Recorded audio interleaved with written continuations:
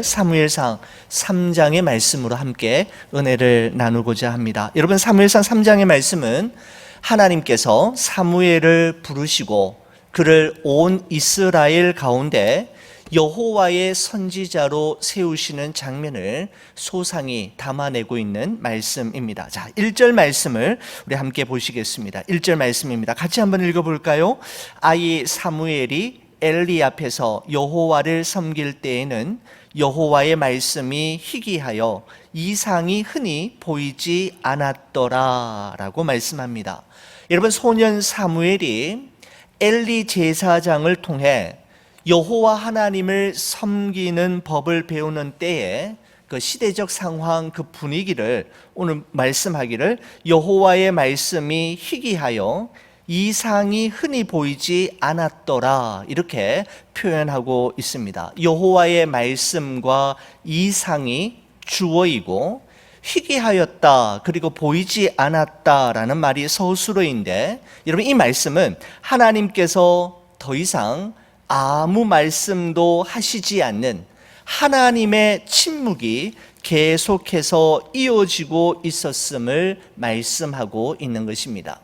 여러분, 제가 사무엘상 강의를 시작하면서 말씀드렸던 것처럼 여러분, 이때가 사사시대 말기였지 않습니까? 이 시대의 특징을 한마디로 표현한다면 자기 소견에 옳은 대로 행하는 시대이었습니다. 여러분, 자기 소견에 옳은 대로 행하는 시대와 그 시대의 사람들에 대한 하나님의 반응은 하나님의 침묵으로 나타났다라는 것입니다. 자, 2절 말씀 보시겠습니다. 같이 한번 읽어봅니다. 엘리의 눈이 점점 어두워가서 잘 보지 못하는 그때에 그가 자기 처소에 누웠고 라고 말씀합니다. 여러분, 앞서 1절에서는 여호와의 말씀과 이상이 희귀하여 보이지 않았다라고 표현했는데, 여러분 2절 말씀에서는 이렇게 이야기합니다. 엘리의 눈이 점점 어두워가서 잘 보지 못했다라고 이야기하는데, 여러분 1절의 그 표현과 2절의 이 표현을 통해 하나님의 백성 이스라엘의 암울한 현실과 그들의 영적인 상태를 드러내고 있는 표현이라 할 수가 있겠습니다. 여러분, 엘리의 눈이 점점 어두워가서 잘 보지 못했다라는 것은 단순히 엘리 제사장이 나이가 많고 늙어서 육체적으로 약하게 되었다, 노안이 되었다라고 하는 것을 의미하는 것뿐만 아니라 그가 영적인 분별력을 상실해 가고 있음을 말씀하고 있는 것입니다.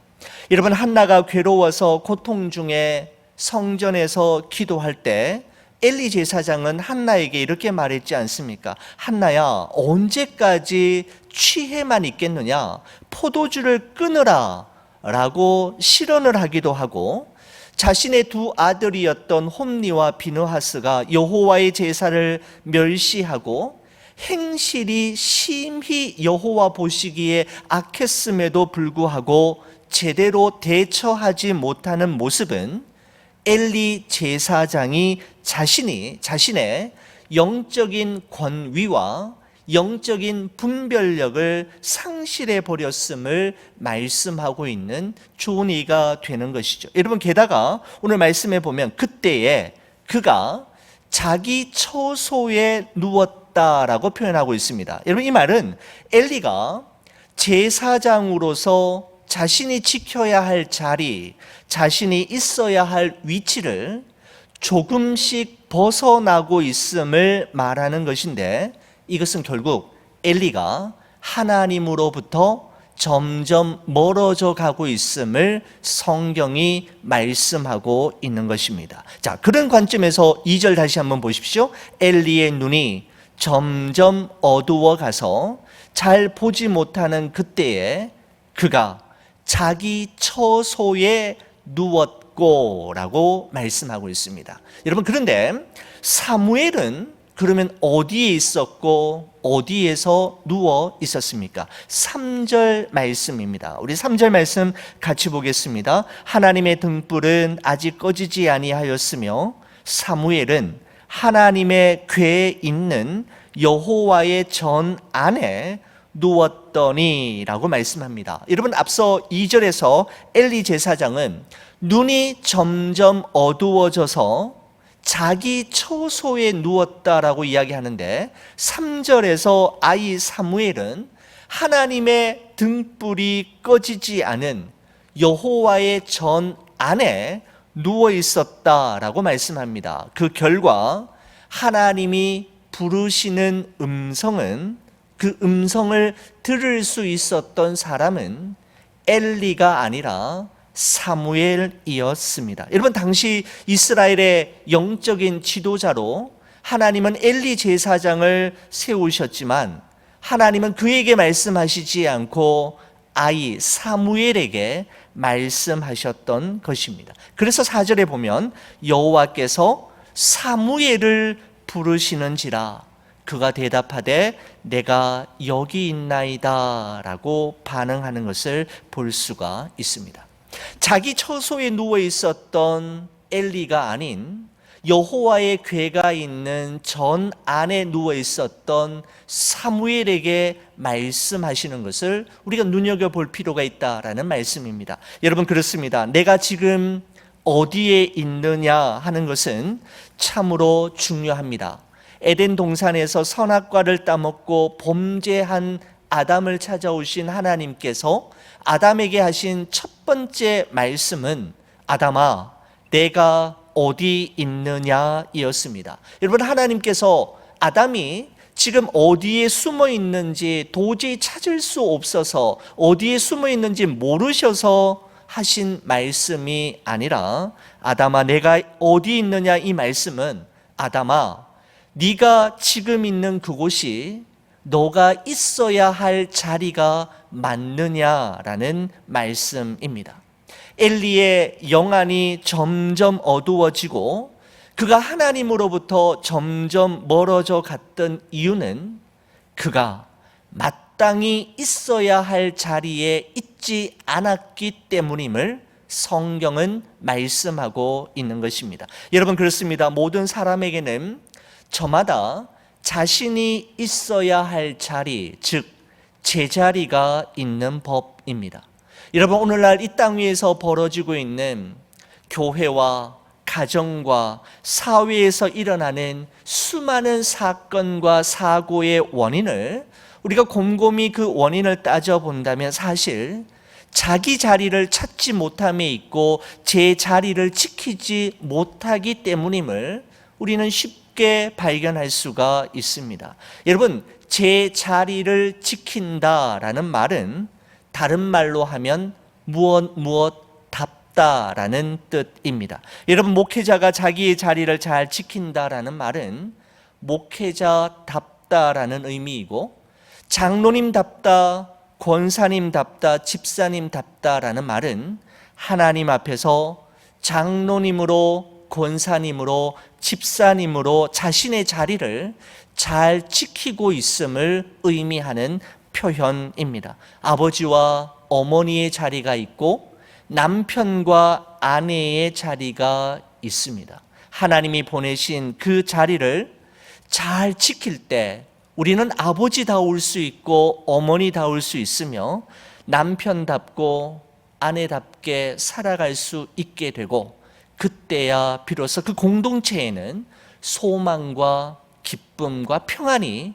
머물러 있게 되는 것입니다. 사랑하는 성도 여러분, 여러분이 머물고 있는 지금 그곳은 어디입니까? 마땅히 있어야 할 그곳에 여러분은 있습니까?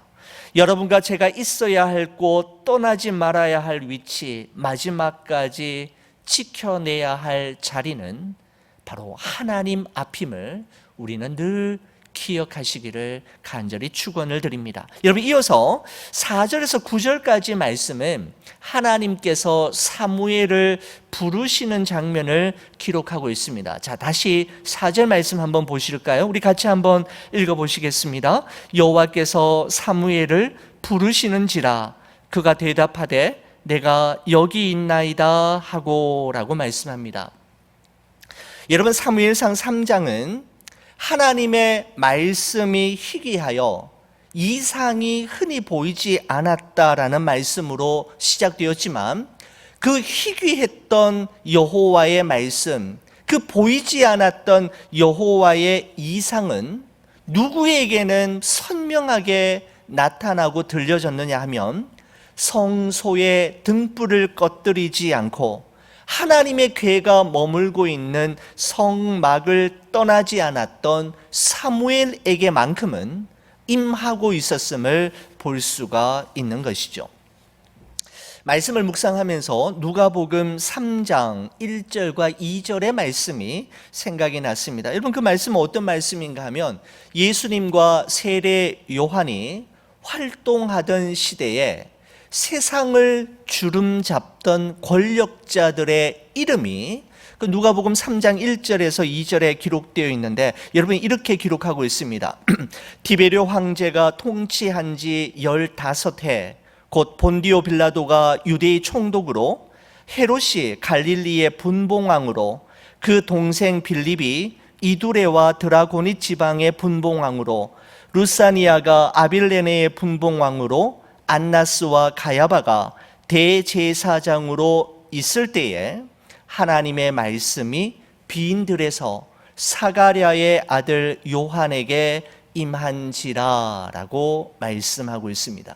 디베료 황제, 본디오 빌라도, 헤롯, 빌립, 루사니아, 안나스와 가야바는 당시 세계를 제패하고 있던 로마 제국의 권력자들이었고, 또한 로마 제국의 든든한 지원을 받으면서 유대 지역을 다스리는 소위 권력 실세들이었습니다. 세상과 세상 사람들은 이들이 가지고 있는 권력과 부귀영화를 부러워했고, 아마 이들을 그들의 삶의 롤 모델로 삼고 있었을 것입니다. 여러분, 하지만 하나님의 말씀은, 그리고 하나님의 시선은 그들을 향하지 않고 빈 들에 있었던 사가랴의 아들 세례 요한에게 임하고 있었음을 말씀하고 있는 것입니다. 여러분, 하나님의 마음은 자신의 권력과 부귀영화를 숭상하는 세상 권력자들이 아닌 아무것도 가진 것이 없는 세례 요한에게 있었고, 하나님의 관심은 로마 제국의 화려한 왕궁이나 예루살렘 성전이 아니라 아무것도 없는 황량한 빈 들에 있는 요한에게 있었던 것을 볼 수가 있습니다. 이런 마치 이것은 온 인류의 가장 큰 기쁨의 소식이 된 예수님의 탄생 소식이 통치국인 로마가 아니라 식민지였던 이스라엘의, 종교와 권력의 중심지였던 예루살렘이 아니라 조용한 시골 마을 베들레헴에 존경받는 로마 황제나 종교 지도자들이 아닌 양을 지키는 목자들에게 먼저 전해졌던 것과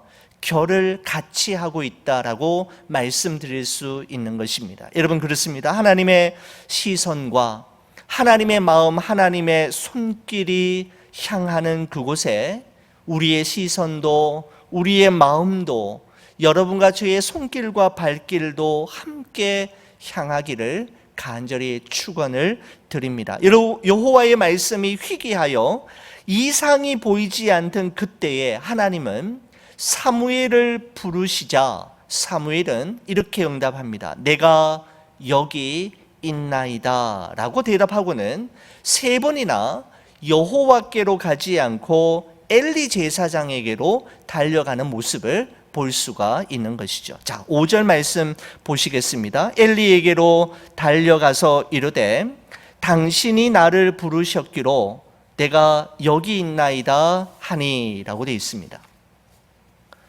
6절 말씀을 보시면 여호와께서 다시 사무엘을 부르시는지라 사무엘이 일어나 엘리에게로 가서 이르되 당신이 나를 부르셨기로 내가 여기 있나이다 하니, 8절 말씀도 보시겠습니다. 여호와께서 3번째 사무엘을 부르시는지라 그가 일어나 엘리에게로 가서 이르되 당신이 나를 부르셨기로 내가 여기 있나이다 하니라고 말씀합니다. 여러분, 왜 사무엘은 여호와께서 부르시는 음성을 듣고도 여호와께로 가지 않고 엘리 제사장에게로 갔을까요? 그 이유를 7절이 이렇게 말씀하고 있습니다. 자, 7절 말씀 한번 같이 읽어보겠습니다. 사무엘이 아직 여호와를 알지 못하고 여호와의 말씀도 아직 그에게 나타나지 아니한 때라라고 말씀하고 있습니다. 여러분, 이 말씀은 사무엘이 어머니 한나를 통해서 그리고 제사장 엘리를 통해서 하나님은 어떤 분이시고 하나님을 어떻게 섬겨야 하는지에 대해서 머리로는 알고 지식적으로는 배웠지만 아직까지 그 하나님을 사무엘이 직접적으로 만나거나 그분의 음성을 지금까지 한 번도 들어본 적이 없었음을 말씀하고 있는 것입니다. 여러분, 이런 관점에서 볼 때 4절에서 9절까지의 말씀은 아이 사무엘이 여호와의 음성을 듣는 법과 그 음성에 대해 자신이 어떻게 반응해야 하는지에 대해 준비되고 있음을 의미하고 있는 것입니다. 여러분, 그렇습니다. 우리의 신앙생활이란 결국 머리로 알고 있는 하나님을 가슴으로 느끼고 지식적으로만 배운 하나님을 직접 만나고 함께 동행하는 법을 배우는 여정, 과정이 바로 신앙생활이라고 말씀드릴 수가 있는 것이죠. 여러분, 사무엘이 자신을 부르시는 하나님의 음성을 들었음에도 불구하고 그는 하나님께로 달려가지 않고 엘리에게로 달려갔지 않습니까? 여러분, 한 번, 두 번도 아니고 3번을 부르실 때까지 그랬단 말이죠. 저는 그런데 여기서 참 감동적인 메시지 하나를 발견할 수 있었습니다. 여러분, 그럼에도 불구하고 하나님은 답답해 하시거나 사무엘을 나무라시거나 책망하시지 않으셨다라는 점입니다. 도대체 너 누구에게 가는 거니? 왜 이렇게 헤매는 거야? 한 번, 두 번도 아니고 3번이나 불렀잖아 라고 사무엘을 나무라시거나 야단치시고 호통치시지 않으셨다라는 것이죠. 하나님은 오히려 사무엘이 자신의 음성을 알아들을 때까지 부르셨고 그가 바르게 깨달을 때까지 끝까지 기다려 주셨다라는 점이 저에게는 참 감동의 포인트로 다가오는 부분이었습니다. 여러분, 그렇습니다. 여러분과 저 역시 하나님의 자녀, 하나님의 백성이 될 수 있었던 것은 그분의 기다려 주심과 길이 참으심이 있었기 때문이지 않습니까? 하나님께서 우리를 기다려 주시고 길이 참아 주셨던 것처럼 우리 역시 우리 곁에 있는 사람들을 기도하며 기다려 주고 절대로 포기하지 말아야 함을 우리는 이 말씀 속에서 배울 수가 있게 되는 것 같습니다. 여러분, 드디어 하나님의 부르심에 정확하게 반응하는 사무엘의 모습을 볼 수가 있는데 10절 말씀입니다. 같이 한번 읽어봅니다. 여호와께서 임하여 서서 전과 같이 사무엘아 사무엘아 부르시는지라 사무엘이 이르되 말씀하옵소서 주의 종이 듣겠나이다 하니라고 말씀합니다. 말씀하옵소서 주의 종이 듣겠나이다 라는 사무엘의 이 말은 하나님 말씀만 하십시오. 제가 들을 준비가 되어 있습니다. 저는 순종할 준비가 되어 있습니다 라고 하는 고백입니다. 여러분, 후에 사무엘이 이런 말을 하지 않습니까? 순종이 제사보다 낫고 듣는 것이 수량의 기름보다 나으니 라고 말한 것처럼 정말 사무엘의 관점에서 볼 때 우리 성도들에게 여호와의 백성들에게 정말 중요한 것은 하나님의 말씀을 듣는 것입니다. 들은 대로 행하며 살기 위해서는 먼저 듣는 귀가 있어야 하는 것이죠.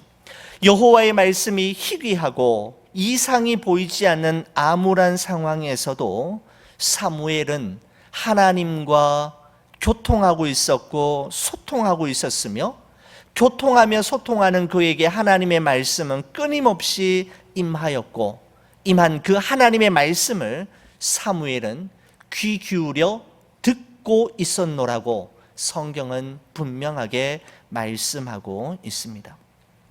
그렇습니다.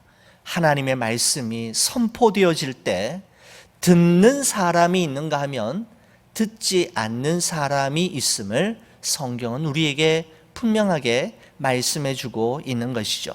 저는 이 말씀을 보면서 누가복음 8장에 나오는 예수님의 씨 뿌리는 자의 비유가 생각이 났습니다. 여러분 잘 아시는 비유잖아요. 어떤 농부가 씨를 뿌렸는데 많은 사람들이 지나가는 길가에 떨어진 씨앗은 새들이 와서 먹어버렸고, 어떤 씨앗은 바람에 날려 흙이 얕은 돌밭에 떨어졌는데 흙이 깊지 못하고 흙 속에 돌덩이로 말미암아 뿌리를 내지르지 못한 채 말라서 죽어버렸고, 또 어떤 씨앗은 가시 떨기 위에 떨어졌는데 그 가시의 기운에 눌려 열매를 맺지 못했노라고 말씀하면서, 그러나 좋은 땅에 떨어진 씨앗은 100배, 60배, 30배로 열매 맺었다라고 말씀하셨습니다. 자, 보십시오. 씨앗을 뿌리는 농부도 같고, 씨앗을 뿌리는 방법도 같았고, 씨앗을 뿌린 날도 같았고, 같은 씨앗이었음에도 불구하고 그 결과는 확연히 달랐던 것을 볼 수가 있었습니다. 무엇의 문제였습니까? 무엇이 관건이었습니까? 바로 씨앗이 뿌려진 그 밭이 달랐기 때문입니다. 예수님께서 말씀하신 이 비유의 핵심은 씨앗이 아니라 그 씨앗이 뿌려진 밭이 어떤 밭이느냐에 따라 열매 있는 밭이 있고 열매가 없는 밭이 있음을 말씀하고 있는 것입니다. 30배, 60배, 100배의 열매를 맺은 좋은 땅, 좋은 마음을 가진 사람은 어떤 사람의 마음인지에 대해서 누가복음 8장 15절은 이렇게 말씀합니다. 좋은 땅에 있다는 것은 착하고 좋은 마음으로 말씀을 듣고 지키어 인내로 결실하는 자니라 라고 말씀하고 있습니다. 여러분, 여기서 착하고 좋은 마음이란 어떤 마음일까? 저는 정확하게 소년 사무엘이 가진 마음이라고 생각합니다.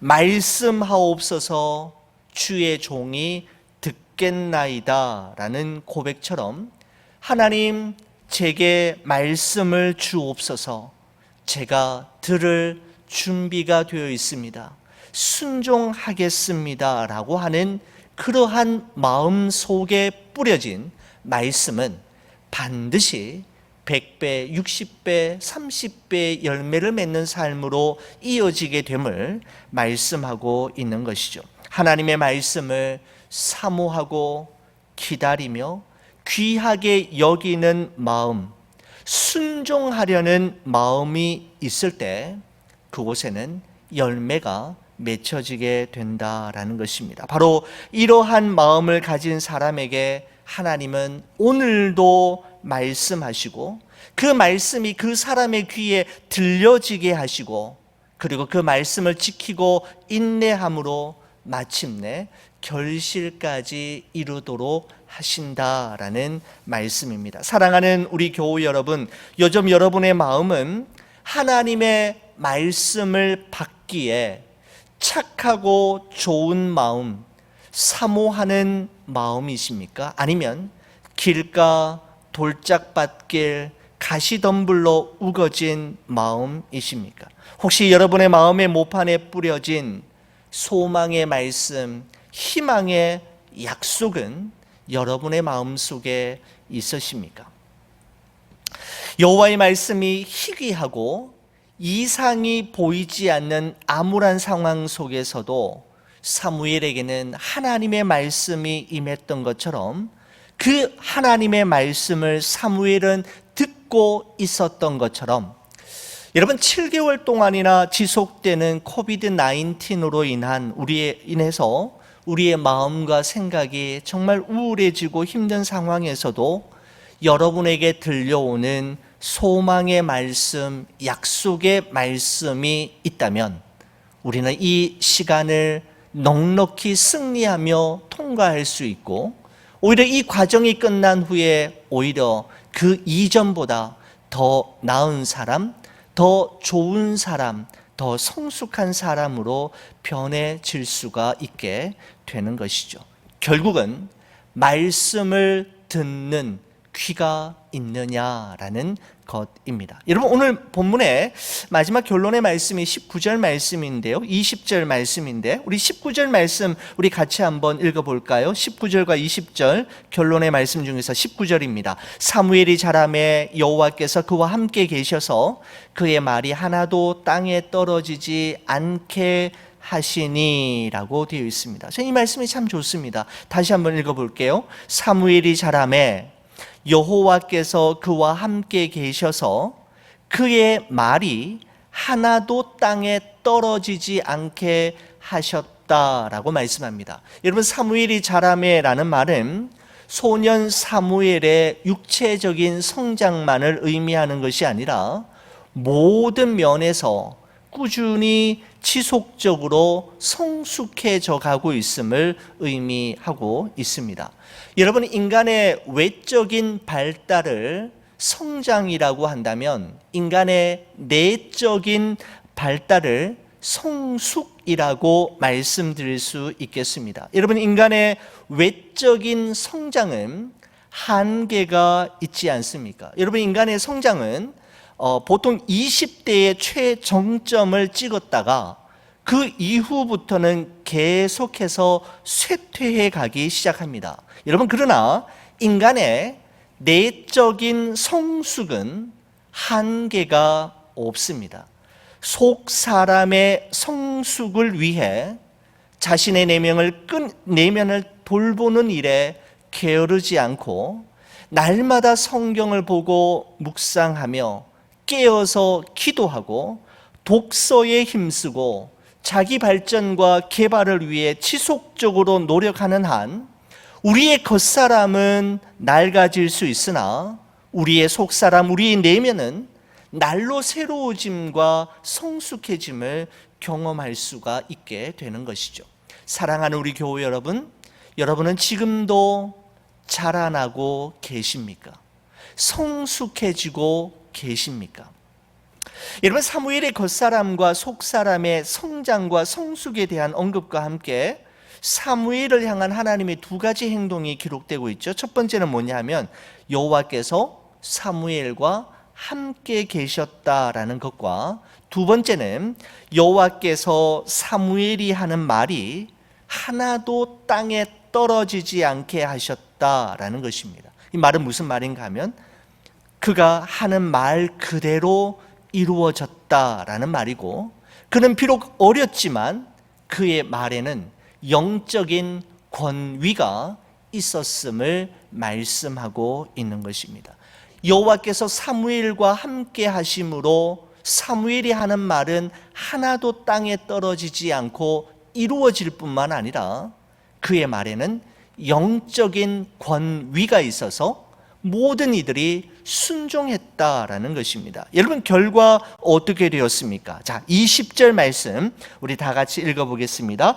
단에서부터 브엘세바까지의 온 이스라엘이 사무엘은 여호와의 선지자로 세우심을 입은 줄을 알았더라라고 말씀합니다. 여러분, 여기서 단에서 브엘세바까지라고 되어 있는데, 여러분, 단은 이스라엘 그 나라의 최북단 끝에 있는 도시이고, 브엘세바는 이스라엘의 최남단 끝에 있는 도시를 의미하는 것인데, 그러니까 단에서부터 브엘세바까지라는 말은 이스라엘 전체를 이야기합니다. 여러분, 우리나라 경우에 백두에서 한라까지라는 표현이 있지 않습니까? 전 참 그 표현이 참 좋은데, 백두에서 한라까지라는 말은 우리 한반도 전체를 의미하는 것이죠. 그죠? 우리나라 전체를 의미하듯이 이스라엘 전체를 의미할 때는 단에서 부엘세바까지라는 표현을 쓰고 있는 것입니다. 단에서부터 부엘세바까지 온 이스라엘이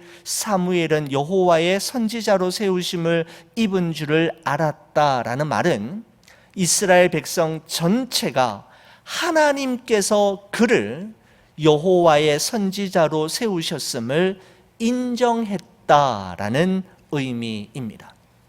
어떻게 가능했을까요? 여호와께서 사무엘과 함께 하심으로 그의 말이 땅에 하나도 떨어지지 않게 되자 온 이스라엘 백성들은 그야말로 하나님이 세우신 종임을 인정하게 되었노라고 말씀하므로 오늘 이 본문이 마무리되고 있는 것을 보게 됩니다. 사랑하는 우리 교회 여러분, 소년 사무엘이 육적으로나 영적으로 점점 더 자라나듯이 여러분과 저의 삶도 날마다 성숙해져 가고 자라가기를 간절히 소원합니다. 또한 하나님께서 사무엘과 함께 계심으로 그의 말이 하나도 땅에 떨어지지 않고 여호와의 선지자로 인정받았던 것처럼 여러분과 저의 삶 또한 하나님과 항상 동행함으로 하나님과 사람에게 은총과 귀중히 여김을 받을 뿐만 아니라 주 뜻대로 쓰임을 받는 삶이 되시기를 우리 주의 이름으로 간절히 축원을 드립니다. 우리 함께 기도하시겠습니다.